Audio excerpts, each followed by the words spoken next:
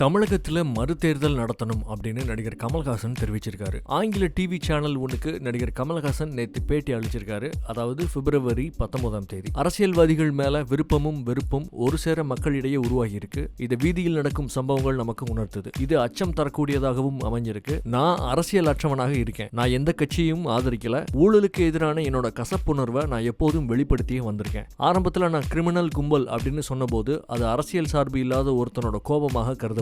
இப்போ ஊழல் வழக்குல சசிகலா மட்டுமல்ல, மறைந்த முன்னாள் முதல்வர் ஜெயலலிதாவும் கூட குற்றவாளி தான் அப்படின்னு உச்சநீதிமன்றம் தீர்ப்பு உறுதிபட தெரிவிச்சிருக்காங்க. சசிகலா கும்பலால முதல்வராக நியமிக்கப்பட்டவர் தான் இந்த பழனிசாமி. சட்டசபையை சுத்தம் செய்யணும், மாறாக பரிசோதிக்க கூடாது. எனவே மறுதேர்தல் தான் நடத்தணும். இப்போ மக்கள் தங்களோட கருத்தை தெளிவாக வெளிப்படுத்த முடியல. தேர்தல் வச்சா தங்களோட மனசுல உள்ளதை மக்கள் உணர்த்துவாங்க. மறுதேர்தல் அப்படிங்கிறது செலவு வைக்கக்கூடிய ஒண்ணுதான். ஆனா என்ன செய்ய, தரையில பாலை கொட்டிட்டோம், அதை சுத்தம் செஞ்சுதான் ஆகணும். எனவே மறுதேர்தல் வச்சு மீண்டும் பால் கறக்க வேண்டிய நிலை ஏற்பட்டிருக்கு. நான் கோபக்காரன். அரசியலுக்கு வர எனக்கு பயமாக இருக்கு. நான் மிகவும் கோபக்காரன். இந்தியாவுக்கு என் போன்ற கோபக்கார அரசியல்வாதிகள் வேண்டவே வேண்டாம். நல்ல சமநிலை உடைய மனிதர் தான் அரசியலுக்கு தேவை அப்படின்னு கமல்ஹாசன் தெரிவிச்சிருக்காரு.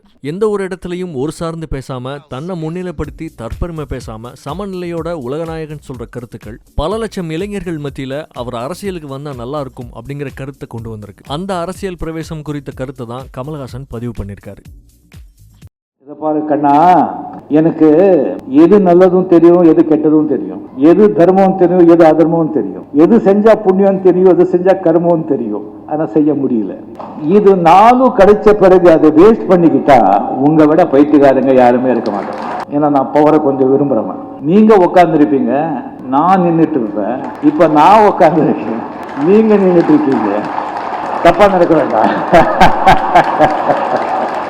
பார்த்தா மேலே போறா, ஓ மை காட் வாட் அப்படி குச்சிருவாங்க.